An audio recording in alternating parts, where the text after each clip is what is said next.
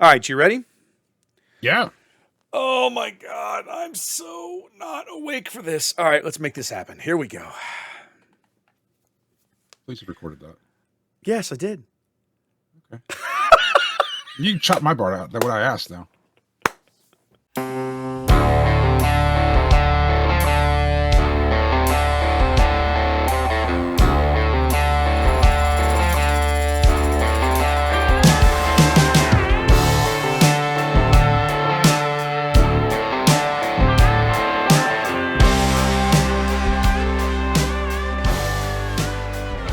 All right, welcome back, ladies and gentlemen, boys and girls, gamers of all ages. It is the third episode of the On the Button podcast. Now, typically, we've been doing these every other week, but with the big news today, we felt the urge to strike while the iron is hot and talk a little bit about what FFG is up to in the meta.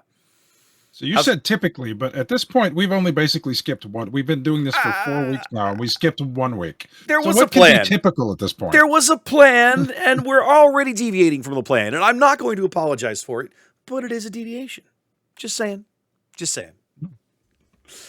Anyway, how you been, Trey? I've been good. I didn't get quite the travel under my belts. Hey, we seem to be missing someone. Where's our buddy Ian? Yeah, you saw him last, I believe. So you remember on Sunday in Denver, we were joking about, TDR got played. Everybody do a shot. Yeah, do a shot. He took that a little too seriously, and I think he's still recovering. So hopefully next episode. Maybe next week. He is a small person. He's a small person. He's a very small dude. Yeah, his little hobbit hands can't shuffle 60-card decks. We figured that out on stream a couple Mondays ago too. So yeah, but no, he'll hopefully recover in time to be with us for the next episode, but not here this week, unfortunately. So why are we here today, Wes? Well, it turns out that FFG has been watching, ladies and gentlemen, just like Big Brother. They see everything, apparently, or at least so they believe. And after 3 full sector qualifiers, Milan, Liverpool, and Denver of the Jango show, they finally decided they'd had enough. And for my money, God bless them. Because I don't think the game would have survived very well had that been allowed to continue on to planetary qualifier season. So today then, the word comes down, the suspension list gets updated, and they hit not only Jango, the leader Jango Fett, the leader, they hit Triple Dark Raid, and they hit a card that I wish they'd hit a long time ago, but we finally got there, and that's DJ. So what is your take on this? Are you right? Did you and Ian contribute to this with your shot counter on TDR? I'm not gonna lie, I like to think so. One of the best quotes that I saw coming out of Denver, over on the KTOD Discord, the eventual winner in Denver, Daniel, right? He's on that Discord, and I kid you not, within an hour of the tournament being done, he posts on that Discord. Everybody's congratulating him, saying, great job, well played. And he goes, thanks, guys. I did my bit to get Jango banned. There you go. Everybody working together slayed the beast. Exactly. See the community, we can accomplish amazing things when we do it together. There you go. It's entirely possible that the live coverage of the events, the OPE guys able to cover both events, planning all of their coverage, of course, in both events in Milan and Liverpool, and then myself and the late night gaming crew covering the Denver sectional, really highlighting just how rampant and, in my opinion, how oppressive these Jango decks were to play against. I feel like at least contributed. I want to believe so that. Like in our last episode, we talked about how we didn't think they were sure what they were going to do yet. They wanted to see what happened this weekend, and part of, if they saw what happened this weekend, not just looking at the results, but listening to how the cards that they made and they introduced and are now in the game had become a big joke to people that were talking. Like, these are so dumbly overpowered. This is so ridiculous. Make jokes about it. Yeah. It's a ridiculous situation. So I'm sure that contributed something. Yeah. I'll never need official confirmation that it's because of you and Ian. And And I take a little credit because I'm the one who, I guess it was Friday night, I was the first person to say TDR drink. I mean, it was like the last game of the episode. I said TDR drink, and then that's you true. guys executed the vision well, though. We ran with it, and it was beautiful. I think there was at least one game. I do not remember which game. They all blur together after a while. I'm well aware. We intentionally avoided Jango decks early on Saturday because we knew we were going to see them later. So what we were trying to do early on Saturday was intentionally showcase the creativity of the community. What else is in this field that people are trying and having success with, right? And we saw new Luke in ECL. We saw Stevie Getz's Luke deck on stream in about round 4 or 5. We saw Giovanni's amazing Yoda deck, right? So the creativity is there, and there's all kinds of other possibilities. But the later in the day it got, you could no longer avoid seeing Jangos. And to the point where I think it was day 2, we had this, it was another, Jango mirror game. I don't even remember who played it anymore. Player on the right-hand side of the screen plays a TDR, grabs a War Juggernaut, plays it, exhausts his opponent's entire board.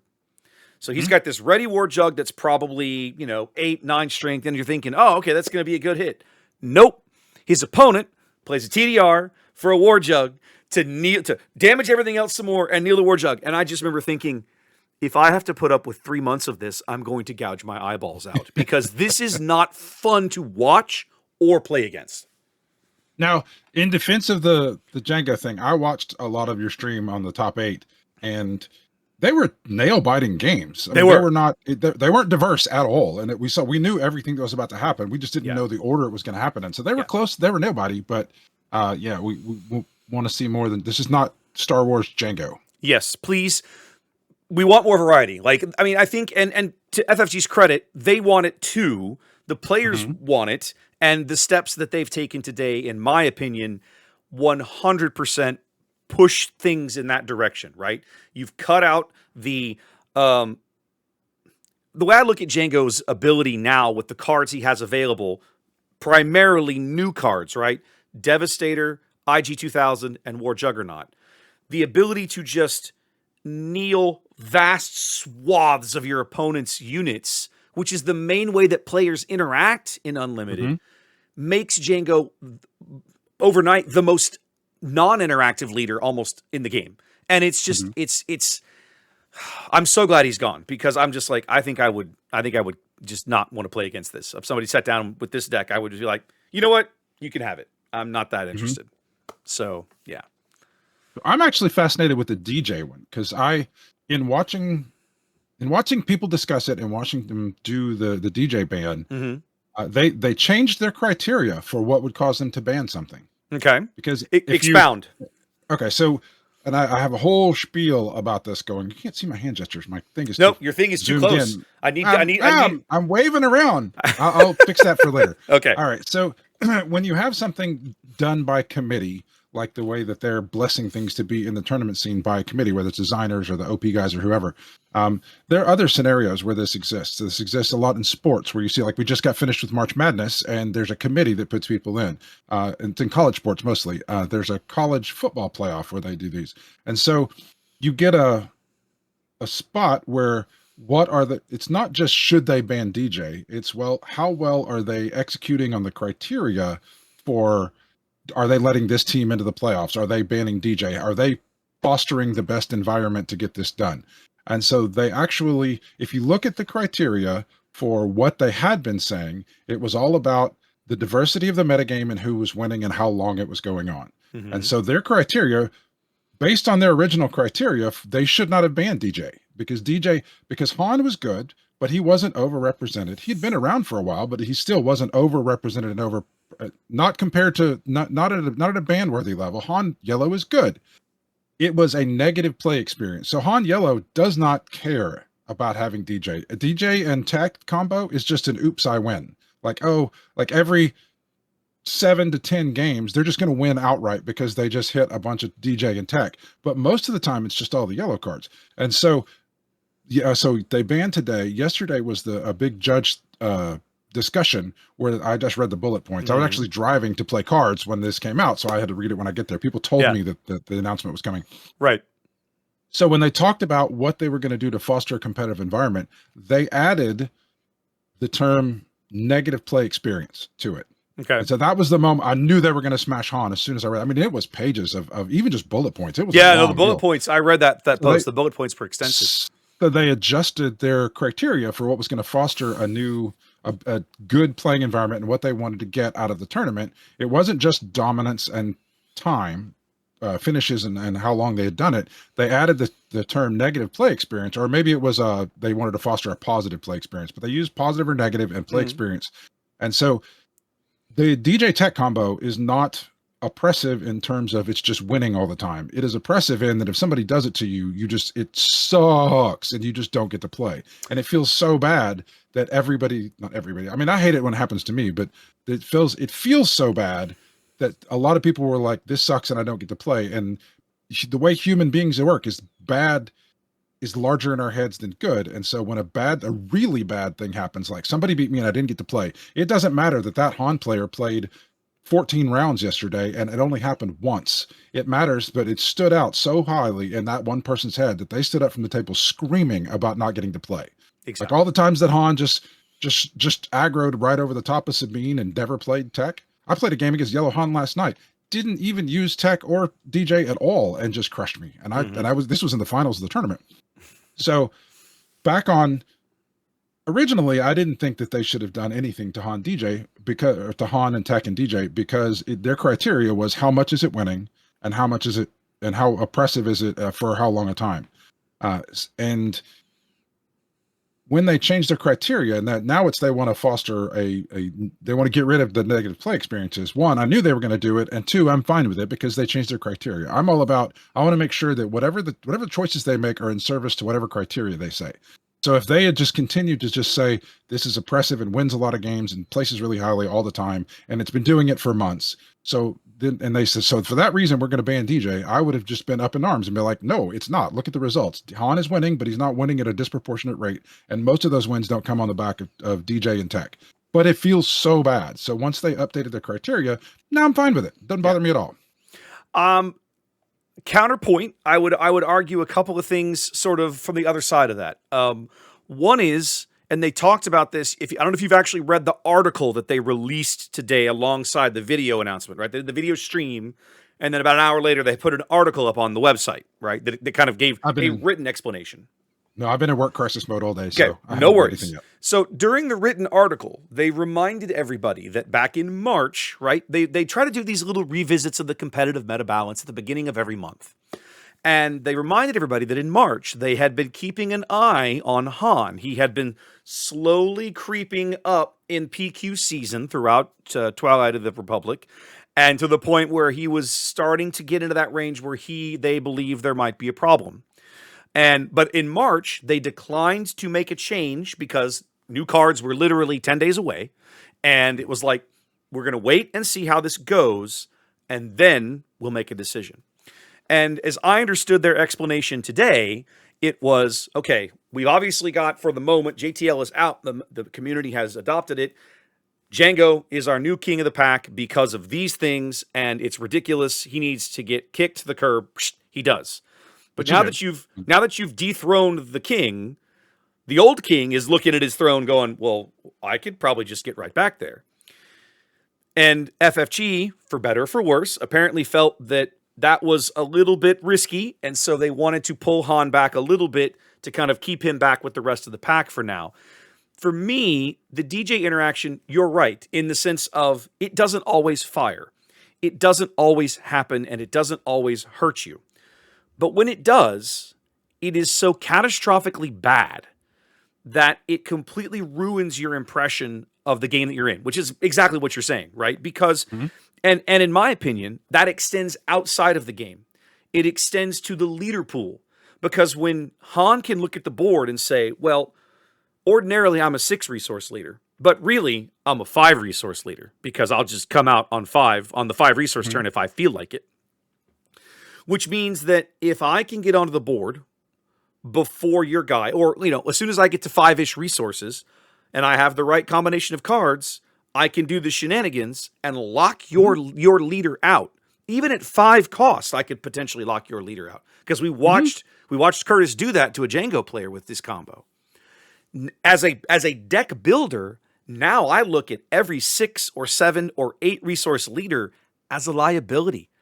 I'm immediately going to look at that card and my eyes are going to just glaze right over it, and I'm going to go look at something else because that leader at 6 deploy or better or more, whatever, 6 or 7 or 8 is a risk. Just playing that leader is a risk in an environment where you're going to see Han, and this combo might kick you in the nuts, right? And it's like, do I want to deal with other this? Stuff? There's other stuff that does similar things, and I don't know if it just feels so bad. So we're not really arguing the points. My only argument against it is how seldom it actually happens. You have to have the DJ down. You have to hit tech. The other person has to not kill it. Correct. And that's a lot. Yep. So when I do deck building, when I do a lot of in all the games that I play, I help other people build decks a lot, and they will show me something, and they'll be like, well, if this happens, and then if this happens, and then if this happens, look how crazy it's going to be. And for every time you add, if this happens, you are exponentially less likely to happen. Yeah. And so if you get DJ early enough and put him face down, if you play tech, if they don't kill it, like that's a lot of stuff and if it's appropriate, because you can do that and just be so far behind it doesn't matter. Yeah. And so you add all of those, if this happens, it just doesn't happen that often. But again, like I said, I'm fine with it because neither one of us is arguing how bad it feels. Not at all. And that's another good point you make, right? Is that certain decks run, again, certain leaders that run the risk of hitting this DJ wall where they can't deploy their leader have to then find a way to try to tech against it, either to kill the tech or to kill the DJ as soon as it hits the board, right? Mm-hmm. Certain colors can do that. I'm looking at you, red villain with Force Choke for 2 resources. Certain colors really can't. So it's one of these things, you have to tech when you have to include the possibility, you have to include cards in your deck to deal with the possibility of your opponent maybe seeing this combo. Starts to feel like it maybe is a little repressive. So you mean you have to put cards in your deck that fight against units that suck? Oh no! I mean, don't you have to do that anyway? Yes, but I think some decks do it specifically for this, right? Okay. We're saying the same thing. We're both agreeing that it needed to happen. You're agreeing. Your opinion is, as I understand it, that it should have happened because they moved the bar for what now constitutes a card worthy of suspension. What makes a card exactly? They moved the goalposts, and now the goalposts sit in such a way that I don't have any problems with it. Whereas for me, I look at it as pulling DJ out of Han's repertoire is a reaction to what they were starting to see last month and decline to action until we caught up to where we are today. And now that we're here, they're like, okay, well, we didn't hit Han before. We're going to hit him now. It's a love tap, but we're going to hit him anyway. So I think it makes sense. All right. So before we move on, because now we got more stuff to talk about. Ian brought this up, and this is it's not really I don't think pet peeve is the right word, but I think it's a bit silly. FFG using the term suspension because they don't want to use the term ban because they can undo a suspension. As if they couldn't undo a ban. They could undo a ban. It's so dumb. It's silly. They for whatever reason, I guess somebody has decided the nomenclature of this really matters, in my opinion, in your opinion, as longtime CCG, TCG people. It really doesn't, right? You're going to have lists of cards published with FAQs or the rules set that say, this is the naughty list, and the things on this list can't be played. It doesn't matter what you call the list. It's the naughty list. Don't be on it. Like, it's that simple. Right. It's just silly that they want to come up with some specific term but yeah, whatever. We'll deal with silliness. Everybody else will still just say banned. We're all going to use the term banned because at the end of the day, that's really what it is. It's on the banned list until one day it might not be. But for the moment, it is. Because unban is a word. That's true. Yes, it is.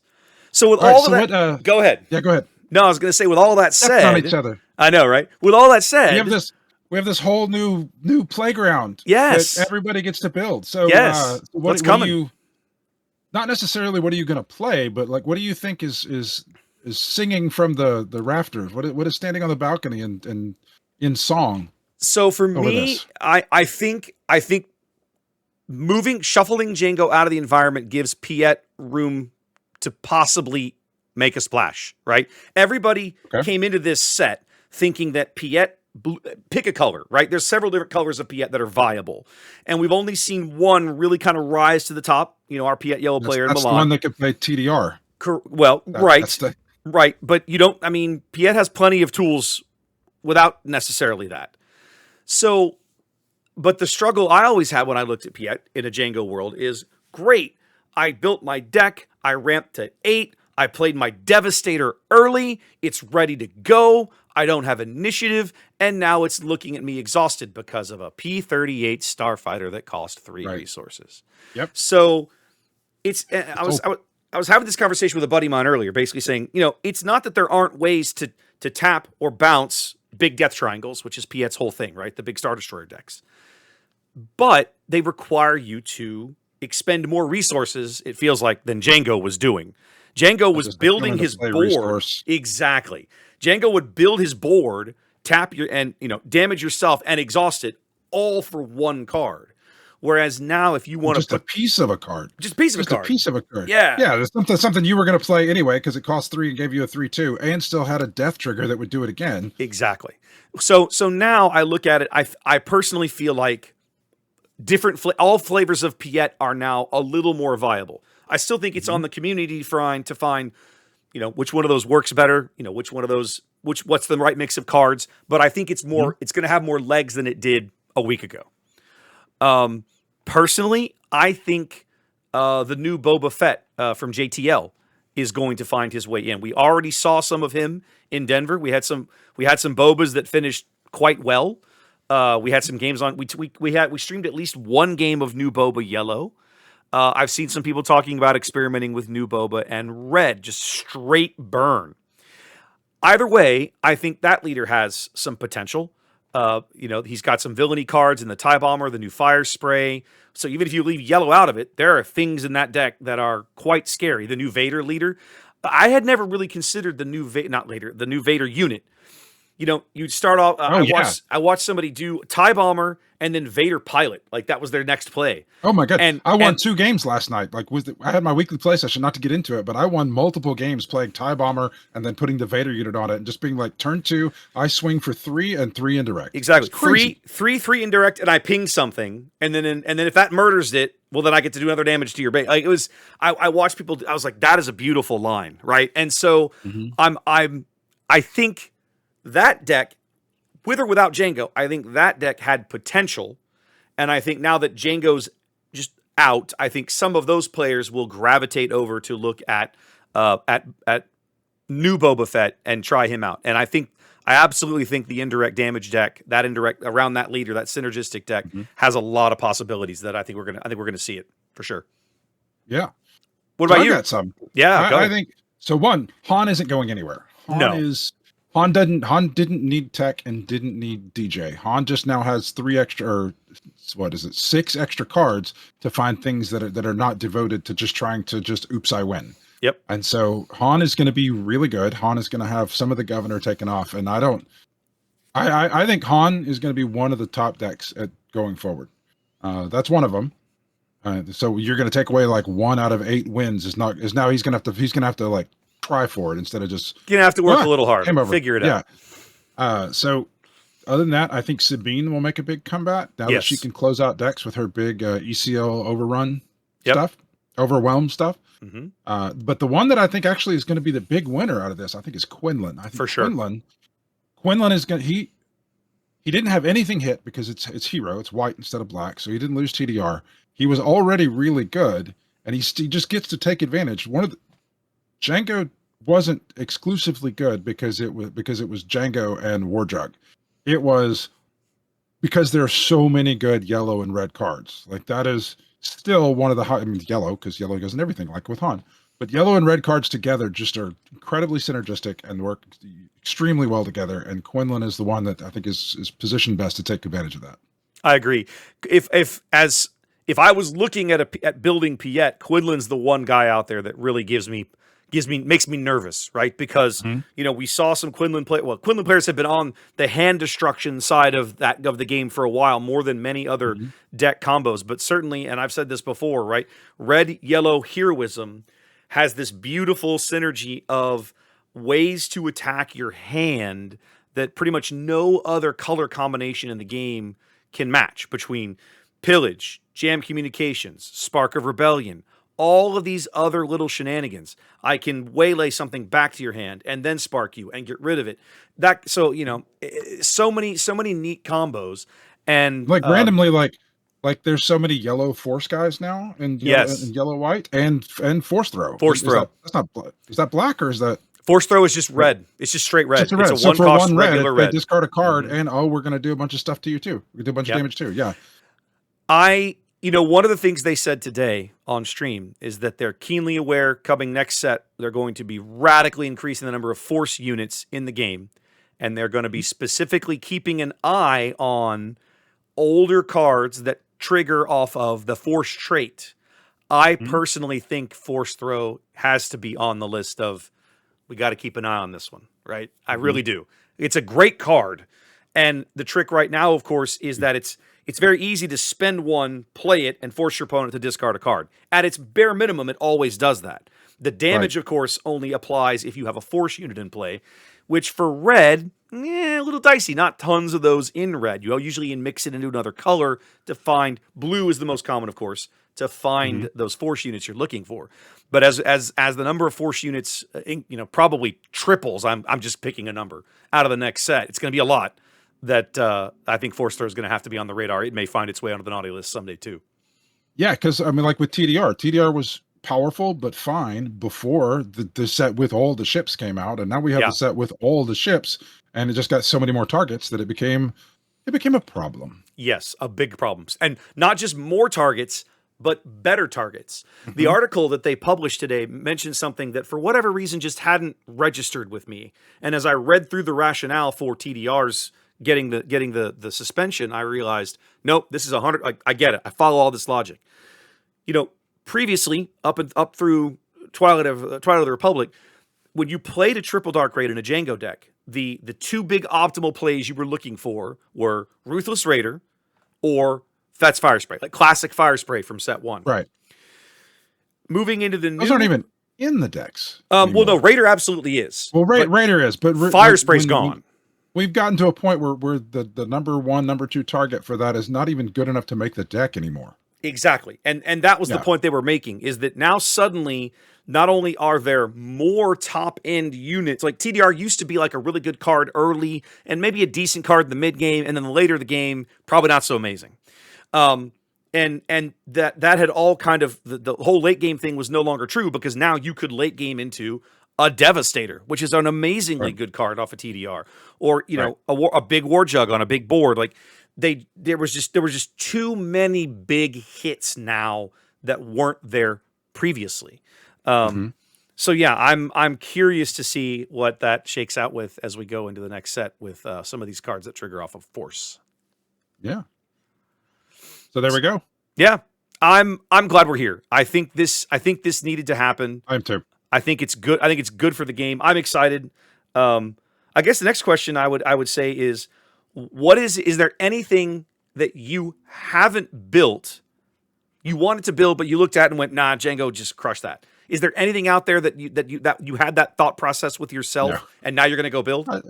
No, I just build everything. Okay. And I haven't built Jango, but everything that tickles my fancy, I've got. You just try it once. Build, and then sure. Because usually if I'm going to play in a tournament, it's a small tournament, and very few people bring like the super powerful decks to the small tournament. Or if it's a big tournament, like the one coming up in June, I'm going to cover it with you, and I won't be playing that one. So I'm out there exploring, and I'll get my eye on something and be like a card or an interaction that I want to build around, and then I'll go brainstorm and build around that. Okay, cool. What about you? I'll finally get off my butt and build Piet now. I've got all the cards. I just haven't stopped to grab everything together. Truth be told, getting everything physically prepped and ready to go to Denver really kind of overtook a lot of deck building that I wanted to do. So the only two decks that I've really, I guess I've built 3 since JTL came out. I built Phasma, which is a deck that I'm really enjoying. It needs a lot of work, but I like where it's at. I like the foundation of it. I built Wedge, another one that I've really been enjoying, and then I built Luke Red, new Luke, Hero of Yavin with Tarkin Town. That one I'm okay. probably gonna tear down. Not because I don't like the deck, but because I would rather take the aggressions and the Tarkin Town, and I'm gonna go work on Vader. I'm gonna go play some Vader Red and have some fun with that and see how well he does. Okay. I saw a new Luke. The very first game that we streamed in Denver, guy was playing new Luke, the pilot Luke with ECL.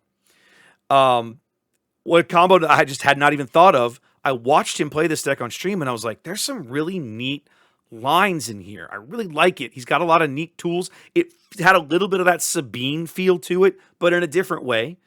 And he ended up 6-3 on the day. So obviously, like not bad. a pile of trash, right? So I might mess around with that. There's definitely some stuff now that I want to build, and this just I think helps me out because now I know I don't have to deal with Jango with whatever I put on the table. So I'm in. Right. There Cool. we go. Awesome. That it? We good? I'm out of words. Cool. So short episode, guys. We just wanted to talk about this while it happened. Ian, unfortunately, not able to join us. We'll catch him back next week. We get back onto the regular schedule. So Once he sobers up. once he sobers up, still feeling feeling all the triple dark raid shots that we were doing there at the caster desk on Sunday. So, but a little under the weather, but he'll get over it soon enough. All right, guys. Well, listen. Thanks for tuning in. The downloads have been going up more and more. You checking out the show? We really appreciate it. Remember to I have to do this. I have to do the plug, right? The like and subscribe plug or the rating plug, right? No, just the rating plug. The 5-star What is it rating. you said on stream? Oh my goodness, I couldn't have agreed with you more. Uh-oh. When you no on stream when you were on stream, I guess it was on the finals where somebody said, I guess it was the late night gaming guy was like, "Oh, the like and subscribe," and you were like, "No, if I have to go fishing for people to like me and click my buttons, I'm not doing something right." That's And how I was like, feel. Thank you. That is also how I feel, but apparently we're in a minority. Well, that's unfortunately not how the YouTube game is played, even though this isn't technically YouTube. We're doing this in a variety of other formats, but they all rely on interaction and feed engagement. There we go. That's the word. Engagement, right?